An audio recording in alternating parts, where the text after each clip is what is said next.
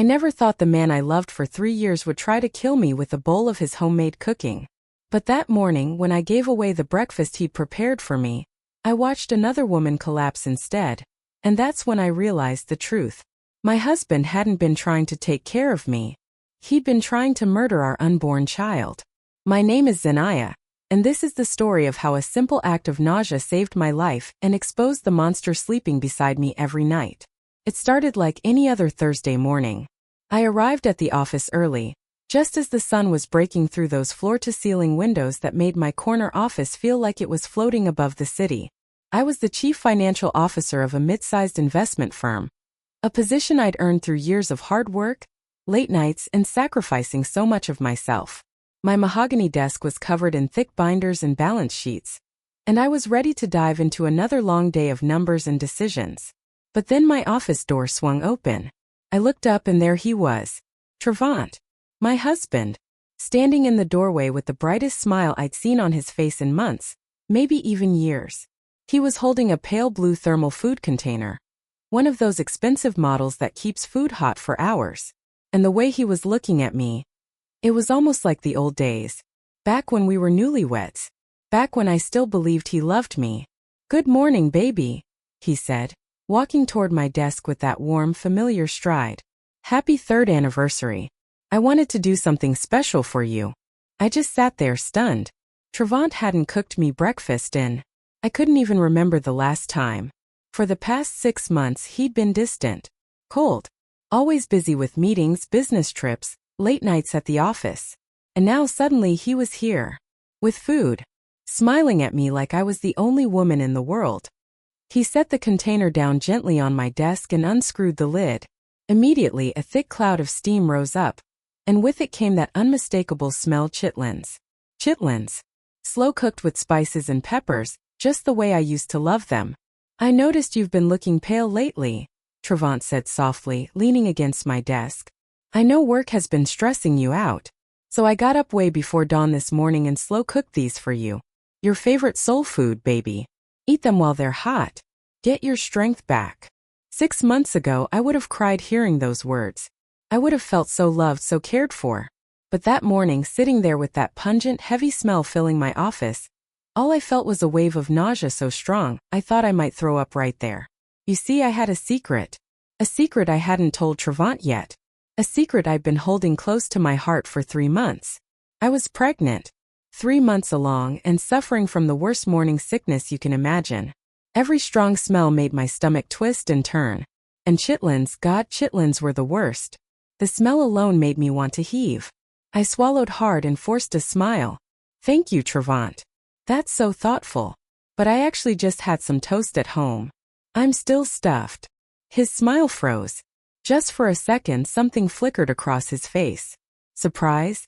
Disappointment? I couldn't quite read it. But then he recovered quickly, pushing the container closer to me. "Toast? That's nothing, baby. Come on, eat a little of this. I spent the whole morning cleaning and cooking these. Don't do me like that." His words were soft, but underneath them I felt pressure. Like he needed me to eat this. Like it was important to him in a way I couldn't understand. I was about to refuse again when there was a knock on my door. Thank God. The door opened and in walked Kishia. She was the new secretary who'd been hired 3 months ago. Young, beautiful. Always dressed in tight pencil skirts and dresses that showed off every curve. Her makeup was always perfect. Her hair always just right. And the way she looked at Trevant. Well, I'd noticed. Of course I'd noticed. But I'd pushed those thoughts away. I told myself I was just being paranoid. Jealous for no reason. "Oh, look at the director being so thoughtful," Kishia cooed, setting some documents on my desk. She shot a flirtatious glance at Trevant, then looked at the container of chitlins. "Bringing Zaniah something to build her strength up this early. You're so lucky, Zaniah. With a husband who's a perfect 10 like this, nobody can compete." Trevant didn't even look at her. He just gave me a few instructions about some reports and left the office. But watching him walk away, something clicked in my mind. An idea. Maybe even a lifeline. I smiled at Kishia and gently pushed the container toward her. "I just ate and I'm absolutely full," I said. It would be such a shame to waste Trevant's effort. Kishia, have you had breakfast? If not, you eat it for me. The chitlins Trevant makes are delicious, and they're still steaming hot. Kishia's eyes went wide. She looked thrilled, like I just handed her a winning lottery ticket. She glanced toward the door where Trevant had just left, checking to see if he'd object. He was already down the hallway, and though I saw a flash of annoyance on his face, he didn't say anything. Well, if you insist, Kishia said in that sugar-sweet voice of hers. Thank you so much, Zanaya. I'll eat it all. Won't leave a drop. I'm sure anything the boss cooks is a meal fit for the gods. She grabbed the container like it was treasure and practically skipped out of my office. I sat back in my chair, relieved. The smell was gone. The pressure was gone. I could breathe again.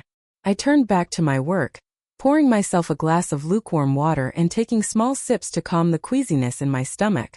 See, about an hour passed. I was typing up a financial report, lost in numbers and spreadsheets, when I heard it. A loud thud. Then a scream.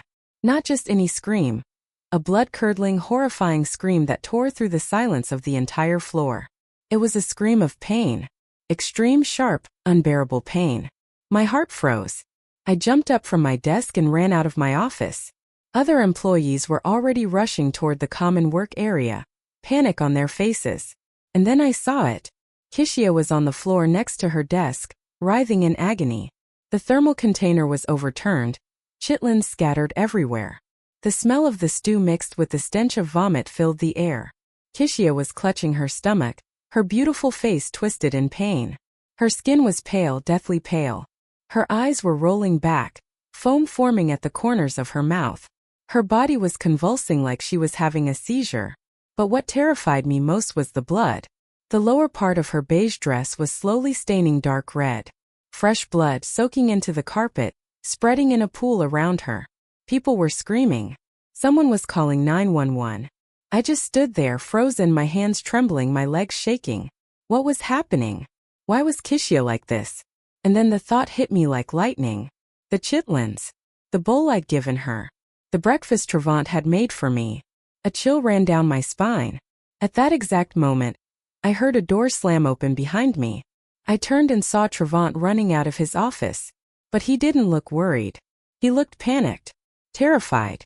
And when his eyes landed on Kishia's body on the floor, on the pool of blood, his face changed, from shock to fear to rage. And then his eyes snapped up and locked onto mine. It wasn't the look of a husband worried about his wife witnessing something horrible. It wasn't the look of a boss concerned for his employee. It was the look of a killer. A killer who realized his prey had escaped. Trevant stormed toward me and grabbed my arm so hard I cried out in pain. He hissed through clenched teeth, his voice shaking with fury. What did you do? Why? Why her? That question, that illogical, accusing question, hit me like ice water. Why was he asking me what I'd done? Why was he so angry that it was Kishia on the floor and not me? I stared into his bloodshot eyes, and in that moment, the truth began to reveal itself. A truth so dark, so terrible I could barely breathe. I slapped his hand away, my voice cold and steady despite the fear coursing through me. What did I do? I just gave her the bowl of food you cooked, Trevant. What are you thinking? Were you expecting it to be me on the floor? He froze. His grip loosened. He took a step back, his face going pale as he realized he'd said too much. The sound of ambulance sirens filled the air. Paramedics rushed in, loaded Kishia onto a stretcher, and wheeled her out. Trevant ran after them, but before he stepped into the elevator, he turned and looked at me one last time. His eyes were filled with hatred and threat. You have to come to the hospital too, he said coldly. This happened because of the stew you gave her. Don't try to dodge your responsibility. The elevator doors closed. I stood there in the hallway, tears burning my eyes. The man I loved. The man I trusted. The man I'd shared my life with for 3 years. He was a stranger. A monster. And that bowl of chitlins, if it hadn't been for my morning sickness, if I hadn't given it to Kishia, the person lying in a pool of blood would have been me. And my baby would have died with me. I clenched my fists so hard my nails dug into my palms. I would go to the hospital. Not because of his threats, but because I needed to see the truth with my own eyes. I needed to know just how evil my husband really was. The hospital waiting room was cold, sterile. The kind of place that makes you feel small and alone even when it's full of people. I sat in one of those hard plastic chairs, hands folded tightly in my lap to keep them from shaking. The fluorescent lights overhead reflected off the white tile floor, making everything feel unreal, like a nightmare I couldn't wake up from. Trevant was pacing back and forth in front of the emergency room doors like a caged animal. He kept running his hands through his hair, biting his nails, glancing at me with a mix of suspicion and hatred. But he didn't come near me. He didn't dare. His perfectly tailored suit was wrinkled now. His tie was loose. He looked like a man on the edge of falling apart. Good, I thought. Let him fall apart. Finally, the ER doors swung open. A middle-aged doctor stepped out, pulling off his surgical mask. His face was serious, tired. He looked at both of us, his gaze lingering on Trevant a little longer than normal. Trevant lunged at him. "Doctor, how is she? Is it serious?" I stood up slowly and walked over, my heart pounding in my chest. The doctor sighed. The patient suffered acute poisoning. Luckily, she arrived in time and is out of immediate danger. However, the cause of the severe hemorrhaging was the ingestion of a large amount of misoprostol. Misoprostol. The word hung in the air like a death sentence. Trevant's face went white. His lips moved but no sound came out. The doctor continued, his tone growing firmer. "It's a drug used to induce uterine contractions, either to facilitate labor or to induce an abortion. Given the extremely high dose we found in her gastric contents, this is clearly intentional poisoning, not simple food poisoning. We've informed the police as required by protocol." Before anyone could react, 2 uniformed officers appeared at the end of the hallway. They walked toward us with steady, serious expressions. "We need both of you to cooperate with the investigation," one of them said. And that's when Trevant snapped back to reality. He wiped the sweat from his forehead, straightened his jacket, and turned to the officers. His voice was trembling, but he spoke with the authority of a CEO trying to take control of a situation spiraling out of his grasp. "Officers, you need to investigate this thoroughly," he said, pointing a finger at me. "This morning I prepared a stew for my wife. She had the container in her office for a long time before giving it to Miss Kishia. I suspect my wife, out of unfounded jealousy, put something in it. I felt like someone had punched me in the stomach. He was blaming me. Of course he was blaming me." I took a deep breath and looked straight at the older officer. My voice was calm, steady, even though my heart was racing. "I have no motive to do something like that," I said. "You can check the hallway cameras. Look for fingerprints on the medicine bottle if you find it. And most importantly, I'd like to know why a stew my husband claims he prepared to take care of me contained an abortion drug, and why it affected his secretary so severely." The officer nodded, taking notes. Then the doctor spoke again, and his words shattered everything. "The patient, Kishia, was 6 weeks pregnant. Due to the massive dose of the drug, her uterus contracted violently. We regret to inform you that the fetus could not survive." The world stopped. I heard Trevant let out a choked, strangled sound. His legs gave out, and he collapsed into one of the waiting room chairs. His face was pale. His eyes were wide, staring into nothing. Kishia was pregnant. Pregnant with his child. And the stew, the poison stew he'd made to kill my baby, had killed his instead. I felt no satisfaction. No joy. Just a deep, cold wave of disgust rising in my throat. This man, my husband, had destroyed his own child without even knowing it existed. Karma, I thought bitterly, is a cruel teacher. The police questioned us separately. I was led to a quieter corner of the hallway, where the older officer asked me to recount everything that had happened that morning. I told him every detail, how Trevant had shown up with the container, how the smell had made me nauseous, how I'd given it to Kishia without ever opening it again after he left. "I never touched the food," I said firmly. "It was always in my sight. I gave it to her simply because I couldn't eat it, and she seemed happy to have it." On the other side of the hallway, Trevant was telling his side of the story. I could hear bits and pieces of it. "I went to the market myself," he insisted. "I cooked everything from scratch. I'm very meticulous. I never let anyone touch my wife's food. As soon as I finished, I put it in the thermos and brought it directly to the office." He was so confident. so sure that his story would make him look like the perfect husband and make me look like the jealous wife. But he'd forgotten one thing. If the poison was already in the stew when he made it, then he was the only one who could have put it there. The officers exchanged glances. They could see the contradictions in his story. When the questioning paused, the younger officer approached his colleague and whispered something. They both looked at Trevant. His face went even paler. He jumped up, raising his voice. "Investigate thoroughly. My wife has been very jealous lately. She's not right in the head. Who knows? Maybe she slipped the poison in when I left the office." I stood up and walked over to him. I looked him straight in the face. "Trevant," I said calmly, "if you think it was me, what would be my motive? To kill your secretary? Or are you afraid they'll discover that stew wasn't meant for Kishia?" "It was meant for me." He flinched. His eyes darted away. He couldn't look at me. "You're talking nonsense," he stammered. We waited. Every minute felt like an hour. I sat in silence, one hand resting gently on my stomach, protecting the life inside me.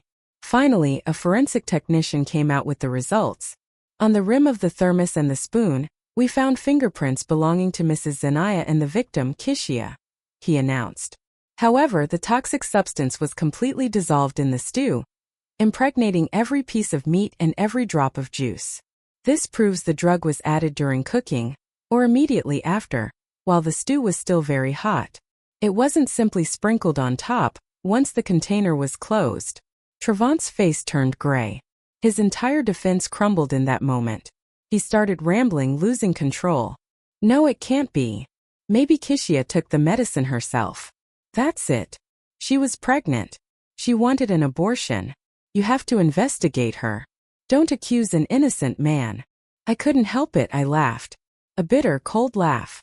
"Trevant," I said, "if Kishia took the medicine on her own, why was it also in the stew? Are you going to say she took it and then vomited into the thermos? Does your explanation sound logical?" He spun around, his eyes bloodshot. "Shut up. What do you know? You hate me. You want to destroy me. It was you. You slipped it in when I wasn't looking." The lead officer closed his folder and looked at Trevant with icy coldness. "Mr. Trevant Jenkins," he said, "your statement and the forensic results present many contradictions. We need you to accompany us to the station. We'll also be requesting recordings from your car's dashcam and the security cameras in your home kitchen to verify the preparation process you described." Trevant jolted like he'd been electrocuted. Cameras. He'd forgotten about the cameras. His confidence vanished. Fear took over. Raw, naked fear. He knew the trap he'd set for me was now closing around his own neck. I stood up, straightened my clothes, and looked at him one last time. "Trevant," I said softly, "you once said that stew was full of your love. Now I understand your love smells like poison. Luckily, fate didn't let our child share the same fate as that poor baby." I turned and walked away, leaving him standing there in the cold hospital hallway. Alone. Pathetic. Defeated. I didn't go home that night. I couldn't. Instead, I took a cab straight back to the office. The sky was dark and heavy, storm clouds swirling overhead like a warning. When I walked into the building, I felt eyes on me. Whispers followed me down the hallway. The news of Kishia's poisoning had spread like wildfire. And the rumors were vicious. The jealous boss poisoned her husband's pregnant mistress. That's what they were saying. It hurt. God, it hurt. But I knew I couldn't break down. Not now. Not when the truth was so close to coming out. I went straight to my office and shut the door. A few minutes later, there was a gentle knock. It was Amani, my assistant. She'd been with me since the beginning of my career. She was smart, loyal, and one of the few people I trusted completely. She walked in with a worried expression and placed a flash drive on my desk. "Zanaya," she whispered, "I did what you asked. I pulled all the security camera footage from the building and the parking garage for this morning. I found something very strange." I plugged the flash drive into my computer. Black and white footage appeared on the screen. Amani pointed to the timestamp. "Look, Mr. Trevant's car entered the garage at 7:15 a.m., but he didn't come up to your office until 8:15. Normally, it takes less than 5 minutes from the garage to here. Where was he for that hour? What was he doing? An hour. An hour missing. More than enough time to carry out any plan. Amani fast-forwarded the video to another camera, one in the basement emergency stairwell. A figure appeared on the screen. A man in a white shirt and a mask walking quickly. He was carrying a large black trash bag and heading toward the dumpster area instead of using the regular trash cans.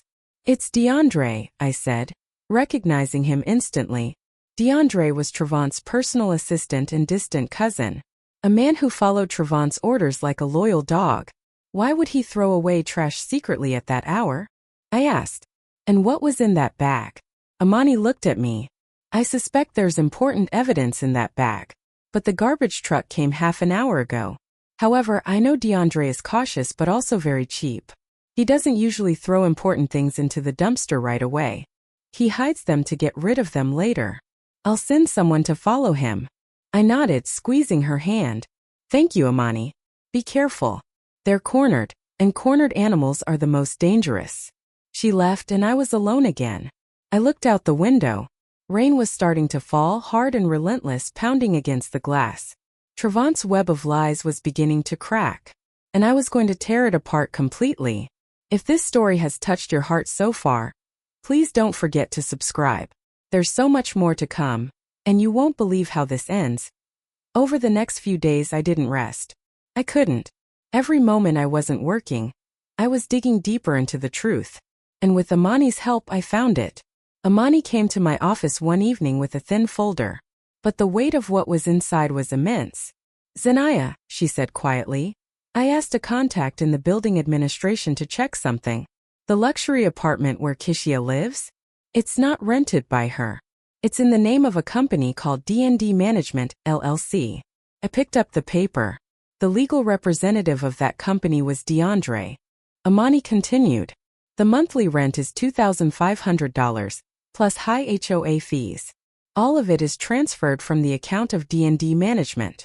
But the funds come from a slush fund Trevant created under representation expenses." I smiled bitterly. $2,500 a month for his mistress. Meanwhile, I was wearing a 3-year-old dress and carrying a $50 purse. Trevant had always told me the company was struggling, that we needed to tighten our belts. Turns out the belt he was worried about was the one holding up his lies. Amani turned to the next page. It was a photograph of Kishia entering a private clinic 2 weeks earlier. She went for an OBGYN checkup, Amani explained. That means Kishia knew she was pregnant. She wasn't as innocent as she seemed. She was using that pregnancy as leverage to force Trevant to make a decision. I stared at the photo. Behind that sweet, naive face was a calculating woman. She wanted to become the lady of the house. She wanted to destroy my life to build her own castle. But she didn't know the man she'd chosen was willing to destroy his own child to protect his interests. My phone vibrated. The screen showed my love. A name I hadn't changed yet. I took a deep breath and answered. "Baby, where are you?" Trevant's voice was deep and familiar, but now it only made my stomach turn. "I just got out of the precinct. I'm exhausted. They asked me 1,000 things. My head hurts." I forced my voice to tremble. "I'm at the office. I'm so scared, Trevant. Everyone is whispering. I don't dare go home. Are you okay? Did the police give you trouble?" He sighed theatrically. "What are they going to do to me? I have nothing to hide. I'm just worried about you. Stay calm. I'll fix everything." I hung up and looked at the rain streaking down the window. Trevant thought he was still in control. He was wrong. That night, I received a message from my private driver. Kishia's mother, Mama Hattie, had arrived at the bus station. She'd taken the first Greyhound from her small town in rural Alabama as soon as she heard her daughter had been in an accident. I had the driver take her to a modest hotel near the hospital. I wanted to meet her. Not to hurt her, but because she was the key to everything. I arrived at the hotel past 9 p.m. Mama Hattie was sitting on a sofa in the lobby, a small, thin figure in a simple brown dress and worn-out sneakers. Next to her were 2 large cloth bags filled with fresh vegetables, collard greens, sweet potatoes. Humble gifts from a mother who had nothing but love to give. Seeing her reminded me of my own grandmother, a woman who'd worked herself to the bone for her family. "You're Kishia's mother, right?" I said gently. "I'm Zanaya, Kishia's boss at the company." I wanted to make sure you were okay. Mama Hattie's eyes filled with tears. You're my Kishia's boss? Lord bless my soul. You are very good, child. I don't know what foolishness she must have done to end up like this. I helped her sit down and poured her a glass of water. Does Kishia call you often? I asked. Does she tell you about her life? Of course, Mama Hattie said. She calls all the time. Says they treat her real good at the company. Says the pay is good and she lives in a free company dormitory that's real nice. Every month, she sends me $100 for my medicine. $100 for her mother. But thousands on designer bags and luxury apartments. I decided Mama Hattie needed to see the truth. Oh, I said, feigning surprise. She told you she lived in a dormitory? I thought Kishia had rented a luxury apartment in Buckhead. That's a very expensive area. And I see her often with designer things. The other day, she was carrying a purse that costs almost $2,000. Mama Hattie froze. Her eyes went wide. $2,000? That can't be. My girl is very thrifty. I patted her hand gently. I just worry that being so young and pretty in a city full of temptations, someone might take advantage of her. I left the hotel with a heavy heart. I didn't want to hurt her. But she was the most important witness, the only person who could wake Kishia's conscience. The next morning, I picked up Mama Hattie and took her to the hospital. She was carrying her old red plastic basket filled with eggs and vegetables. My Kishia loves eggs from our chickens at home, she said softly. When we entered Kishia's room, the young woman was lying pale and gaunt in the bed. Seeing her mother, her eyes filled with tears. Mama, she whispered. Mama Hattie ran to the bed, grabbing her daughter's freezing hand. But then her gaze fell on the bedside table. There sat Kishia's expensive designer bag and a latest generation smartphone. That purse, Mama Hattie said, her voice cracking. Mrs. Zenaya told me it cost $2,000. Where did you get the money? Kishia looked terrified. It's not true, Mama. It's a knockoff. It cost $20 at the flea market. I stepped forward and placed a file on the bedside table, just within Kishia's view. Inside was a fake receipt DeAndre had tried to give me earlier. A receipt for my soprostol with Kishia's name on it. I leaned close to Kishia and whispered, You think Trevant is coming to see you? He's too busy trying to prove to the police that you bought the medicine yourself. Stop lying to your mother. Kishia's hand shook as she grabbed the file and read the receipt. Her face went from pale to wax white. She understood. Trevant was framing her. At that moment the doctor entered. His face was grave. The family must prepare, he said quietly. Due to the overdose and prolonged hemorrhaging, the uterus has suffered severe damage. Her ability to become a mother in the future is practically nil. Mama Hattie collapsed to the floor sobbing. Kishia stared at the ceiling, tears streaming silently down her face. I leaned toward her one last time. You see? This is the price of stealing another woman's husband. Do you still want to protect him? Later that day, I met with Soraya, Trevant's ex-girlfriend, the pharmacist who'd provided the drug. She walked into the coffee shop with arrogance, wearing a wine-colored silk dress and designer sunglasses. She sat across from me with a smug smile. Hello, Zenaya, she said sweetly. What do you want? Need advice on how to keep a man. I slid my phone across the table. On the screen was a photo, Soraya handing a small package to DeAndre in a dark alley. Her smile vanished. Look closely, I said. That package you gave DeAndre. What was in it? Vitamins or misoprostol? Her hands trembled. The cigarette she was about to light fell onto the table. I was just giving him documents, she stammered. I leaned back. The police aren't stupid, Soraya. As soon as they trace the origin of that batch, do you think you'll escape? And do you think Trevant will protect you? This morning he ordered DeAndre to falsify evidence to blame Kishia. If the police get to him, what do you think he'll say? He'll say you tricked him. She covered her face and broke down crying. I don't want to go to jail, she sobbed. I leaned forward. Then give me proof. The messages. The recordings. Everything. You'll become a witness, receive leniency, and have a chance to start over. She opened her bag with shaking hands and pulled out a small silver flash drive. Here, she whispered. Everything is here. I took the flash drive and squeezed it in my hand. This was it. The evidence that would destroy Trevant. That night, alone in my office, I plugged the flash drive into my computer. Audio files appeared on the screen. I clicked on the most recent one. Trevant's voice filled the room. Cold. Calculating. Evil. Soraya, I need something strong. Colorless and odorless to mix with food. My wife is nauseous. I want it to look like a spontaneous miscarriage. Clean. That pregnancy is an obstacle. I covered my mouth to keep from sobbing. He wanted to kill our baby. Not Kishia's baby. Not Kishia's baby. Mine. The fact that Kishia ate the stew instead was an accident. A twist of fate that saved my life. I played another recording. One from after Kishia was hospitalized. Shut your mouth, Trevant hissed. Blame it all on Kishia. If you think about saying anything about me, you'll regret it. I copied all the data to 3 different devices.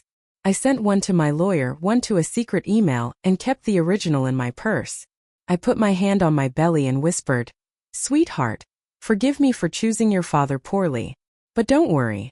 I won't let anyone hurt you. Tomorrow, I'll make the guilty pay." The shareholders' meeting was the next morning.